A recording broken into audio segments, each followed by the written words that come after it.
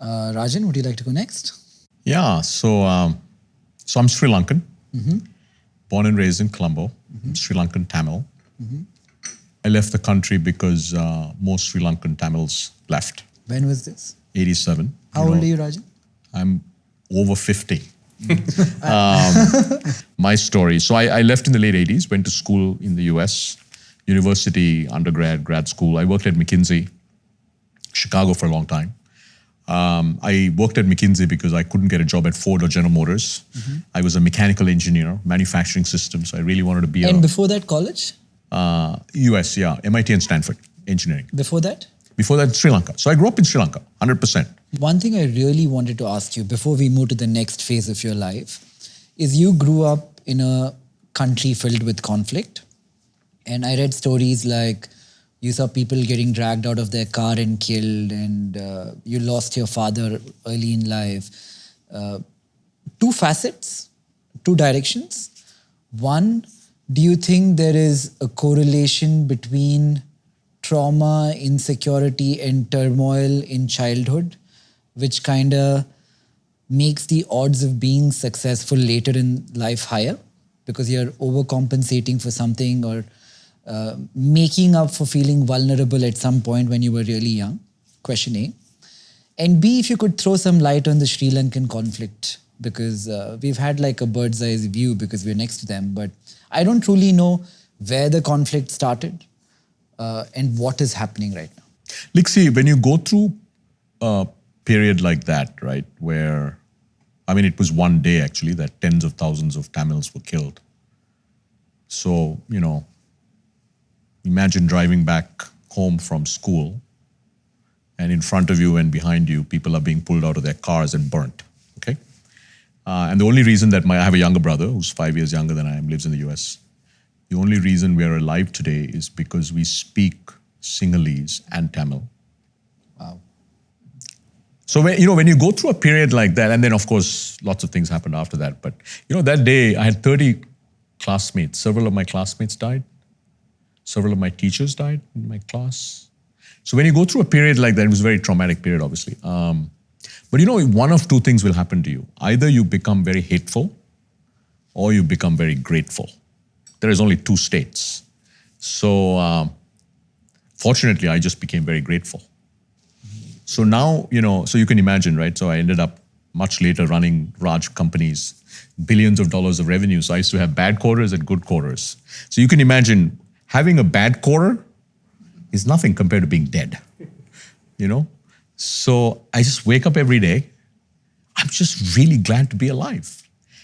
And so, I resonate with you. I feel like heightened traumatic experiences in life speeden up evolution significantly. To me, the most attractive people are the most scarred of people because I think in those moments is when you evolve. Yeah. And you also but it can also go the other way, by the way, right? You can become very hateful. You could become, it can, and I've seen that happen as well to people. So. Dad? No, so my dad was a lawyer who loved adventure sports. He, for fun, he would do endurance sports. He was the first Sri Lankan to swim across the Pork Strait between India and Sri Lanka. He was the first Sri Lankan to swim both ways. So anyway, he died. He was trying to swim the English Channel. He died of hypothermia, which means your brain freezes. He broke his hip on a motorbike. And he went to London to get surgery. And then while he was there, he got his hip operated on. He's like, hey, I'm here. I always wanted to swim the English Channel. It was early August, and you should not swim the English Channel in the early August, especially if you're Sri Lankan, because you're not used to the cold waters.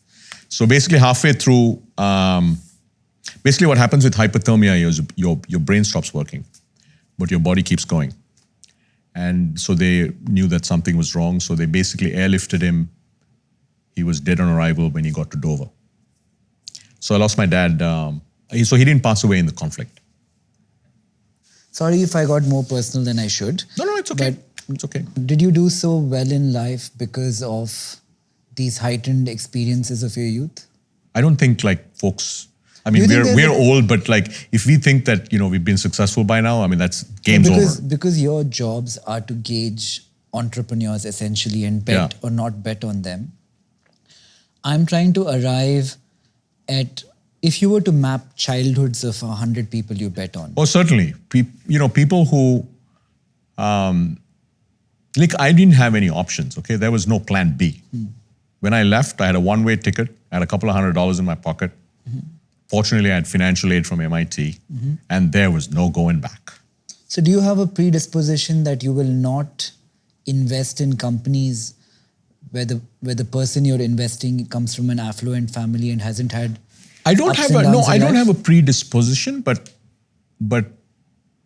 so for instance, there are founders we have invested in, right, who come from very well-to-do families. But it just so happens, but that is not India. That is not the norm in India, right? If you look at India, you look at, we just happen to, if you look at the IIT grads, or you look at, they tend to be not from that mold. That TG, if I can call it that. Would you extrapolate and say out of 100 companies you invest in, how many? I don't know. Actually, I shouldn't comment. I honestly don't know the percentage, but it's not. It'll be in the 10, 20, that kind of percentage at most. Right.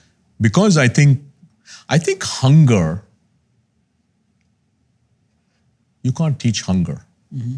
I think that's the point I'm trying to write. The drive, the hunger, I think people who come from nothing, who have a point to prove, I think they generally tend to be the ones that...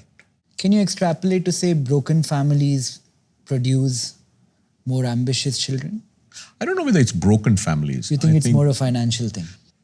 So you have to have parents who are very supportive, right? Because if you don't get the right, at least in our part of the world, right? Without the right education, I think it's very hard. You can still do it. Lots of people do.